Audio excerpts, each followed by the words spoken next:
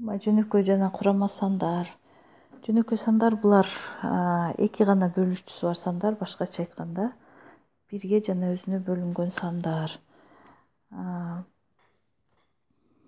Мисал катарында эки жөнөкөй сан, аны эки көбөйтүлгөн бир же болбосо үч көбөйтүлгөн бир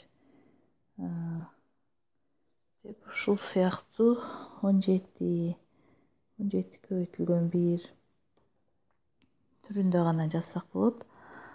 Ал эми курама сандар бул экиден көп бөлүүчүсү бар сандар. Каалаган курама сандарды жөнөкөй сандардын көбөйтүндүсүн ажыратууга болот. Мисал катарында 4 бул курама сан. Аны 2 көбөйтүлгөн 1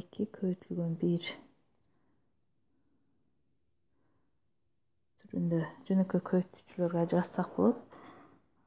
9 санын 3 көбөйтүлгөн 1 же болбосо 18 9 көбөйтүлгөн 2 же болбосо 3 көбөйтүлгөн 2 түрүндө жазсак болот. 18-ти 20 санын алсак 5 көбөйтүлгөн 2 түрүндө жөнөкөй көбөйтүүчүлөрдүн көбөйтүндүсү түрүндө жазсак болот. Ал эми 1 деген сан курамада жөнөкөй сан болуп эсептелинбейт. Каалагандай эле 110 деген санды жөнөкөй көбөйтүүчүлөргө ажыратсак, анда столбик аркылуу ажыратабыз ыңгайлуу болуш үчүн.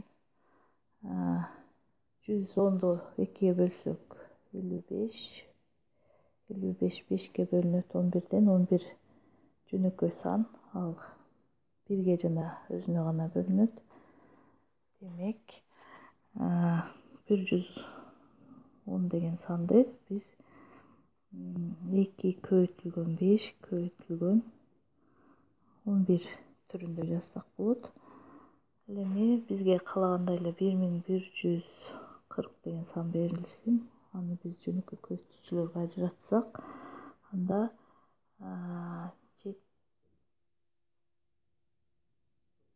572-ге бөлүнөт, 285 3-кө бөлүнөт, 95 5-ке бөлүнөт,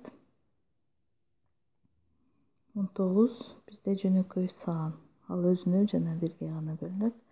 Демек бизге берилген 1140 деген санды биз 2 көбөйтүлгөн 2 көбөйтүлгөн 3 көбөйтүлгөн 5 көбөйтүлгөн 19 деген жөнөкөй сандардын көбөйтүндүсү түрүндө жазсак болот.